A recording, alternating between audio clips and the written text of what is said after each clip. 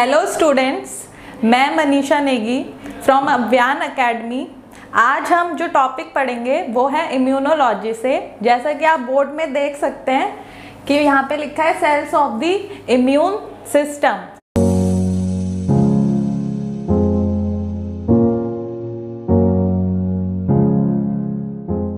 तो हमें पहले तो जो हमारा इम्यून सिस्टम है उसके बारे में पढ़ना है कि उसमें कौन से सेल्स इन्वॉल्व होते हैं। सो मेजरली जो हमारा इम्यून सिस्टम है वो क्या करता है, डिफेंस, एक तरह से वो डिफेंस सिस्टम है। जो भी फॉरेन पार्टिकल्स या कोई पैथोजन माइक्रो ऑर्गेनिज्म जब हमारी बॉडी को अटैक करते हैं तो सबसे पहले हमारा जो मेन सिस्टम है वो क्या है, इम्यून सिस्टम। वो उसके अगेंस्ट डिफेंस मैकेनिज्म परफॉर्म करता है। तो पहले हमें आज ये पढ़ना है कि उस सिस्टम में जो cells, widely distributed cells, organs, tissue कौन से इन्वॉल्व है।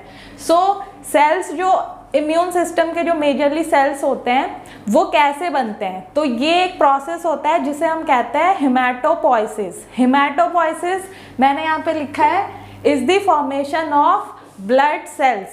और ये जो ब्लड सेल्स बनते हैं इनके लिए एक सेल है जिसे कहते हैं स्टेम सेल। और स्टेम सेल एक अनडिफरेंशिएटेड सेल होता है जिससे बहुत सारे अलग अलग टाइप के सेल अराइज होते हैं। तो यहाँ पे जो HS से लिखा है वो है हिमैटोपोइटिक स्टेम सेल्स। और मेजर साइट जो हिमैटोपोइसिस की, मतलब ब्लड सेल फॉर्मेशन की जो मेजर साइट होती है बॉडी में वो होती है बोन मैरो। जैसे अगर एम्ब्रियोनिक स्टेज है तो वहाँ पे बेसिकली ये जो हिमैटोपोइसिस चलता है वो योक सैक में चलता है, लेकिन जो मेजर साइट है एडल्ट में वो होती है बोन मैरो। सो यहाँ पे जो हमारा हिमैटोपोइटिक स्टेम सेल है वो क्या बनाता है, वैसे स्टेम सेल जब डिफरेंशिएट करता है तो वो एक खुद ही अपना बिल्कुल आइडेंटिकल स्टेम सेल बनाता है। और दूसरा जो स्टेम सेल होगा यहाँ पे या तो वो लिम्फोइड स्टेम सेल बनाएगा या तो माइलॉइड स्टेम सेल बनाएगा। और इन्हीं लिम्फोइड और माइलॉइड सेल से हमारे सारे बॉडी के ब्लड सेल्स बनते हैं। तो यहाँ पे जो हिमैटोपोइटिक स्टेम सेल्स है वो डिफरेंशिएट होगा मल्टीपोटेंट प्रोजेनिटर सेल्स में, और फिर अगेन वो डिफरेंशिएट होगा दो सेल में। एक तो कॉमन माइलॉइड प्रोजेनिटर बनाएगा और एक बनाएगा कॉमन लिम्फोइड प्रोजेनिटर। जो कॉमन माइलॉइड प्रोजेनिटर होता है वो डिफरेंशिएट करेगा इरेथ्रोसाइट में, और इरेथ्रोसाइट्स क्या होते हैं, RBC, जिसमें से जो ऑक्सीजन कैरिंग RBC होते हैं उन्हें हम क्या कहते हैं, रेटिकुलोसाइट्स। और जो मेगा कैरियोसाइट होगा वो क्या बनाएगा, प्लेटिलेट्स और थ्रोम्बोसाइट्स। फिर जो हमारा कॉमन माइलॉइड प्रोजेनिटर होता है वो बनाता है ग्रेन्युलोसाइट्स, और इसमें कौन आते हैं, न्यूट्रोफिल्स, इजिनोफिल्स, मोनोसाइट एंड बेसोफिल्स। तो ये सारे हमारे ग्रेन्युलोसाइट्स हैं जो कॉमन माइलॉइड प्रोजेनिटर से अराइज होते हैं, और मेगा कैरियोसाइट्स एंड इरेथ्रोसाइट्स।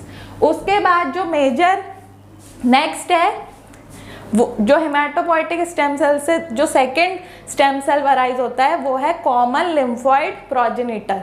ये क्या बनाता है, ये हमारे लिम्फोसाइट्स बनाता है। जैसे बी सेल, इन्हें कहते हैं बी लिम्फोसाइट्स। इनका ओरिजिन क्या होता है, बोन मैरो, और ये बोन मैरो में ही मैच्योर होते हैं। सेकंड होते हैं हमारे टी सेल्स। टी सेल्स क्या होते हैं, ये इनका भी ओरिजिन बोन मैरो होता है टी सेल्स का, लेकिन ये मैच्योर कहाँ पे होते हैं, थाइमस में। तो ये इंपॉर्टेंट है, ये एक मेजर डिफरेंस है between B cells and T cells. B cells क्या करते हैं, बी सेल्स हमारी बॉडी में ह्यूमोरल इम्यून रिस्पॉन्स जनरेट करते हैं, मतलब एंटीबॉडी प्रोडक्शंस, ठीक है, फ्रॉम प्लाज्मा सेल्स।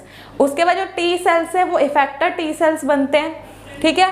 तो टी सेल्स और बी सेल्स में एक मेजर डिफरेंस ये है कि दोनों का ओरिजिन तो सेम है, बोन मैरो, लेकिन जो टी सेल है उसका मैच्योरेशन कहाँ होता है, थाइमस में, ठीक है। उसके बाद जो नेचुरल किलर सेल है, ये नेचुरल किलर सेल क्या करता है, एंटीबॉडी मीडिएटेड सेल सिटी, ठीक है, जिसे कहते हैं ADCC, ठीक है। तो इस मैकेनिज्म के थ्रू कोई भी अगर टारगेटेड सेल्स, अगर वो इन्फेक्टेड टारगेटेड सेल है तो उस पे एंटीबॉडीज जो होंगे बाउंड होंगे, और उन एंटीबॉडीज को ये नेचुरल किलर सेल, इसके ऊपर एक एफसी रिसेप्टर प्रेजेंट होता है, वो एफसी रिसेप्टर क्या करेगा, जो हमारा टारगेट सेल है, जिस पे जो इन्फेक्टेड टारगेट सेल है उस पे एंटीबॉडीज जो बाउंड है, ये नेचुरल किलर का CD16, ठीक है, CD16 जो रिसेप्टर है वो हमारे टारगेट सेल के एंटीबॉडी से जाके बाइंड करेगा, और इसी के थ्रू जो नेचुरल किलर सेल है वो इंटरैक्ट करता है विद दी टारगेट सेल जो बाउंड है विद एंटीबॉडीज। और कौन सी एंटीबॉडीज होती हैं उस पे, IgG1 एंड IgG3, ठीक है, क्योंकि हमारा जो इम्यूनोग्लोबुलिन G होता है उसके आइसोटाइप्स होते हैं, तो उसमें से जो आइसोटाइप 1 और 3 है, अगर वो हमारे टारगेट सेल पे बाउंड होते हैं तो उनको रिकॉग्नाइज करता है नेचुरल किलर सेल का FC receptor, that is CD16।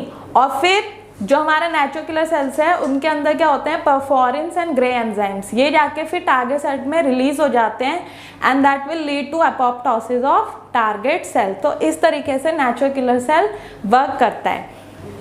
सो ये हमारे सारे इम्यून सिस्टम के सेल्स थे जो मैंने आपको ब्रीफ में बताए हैं।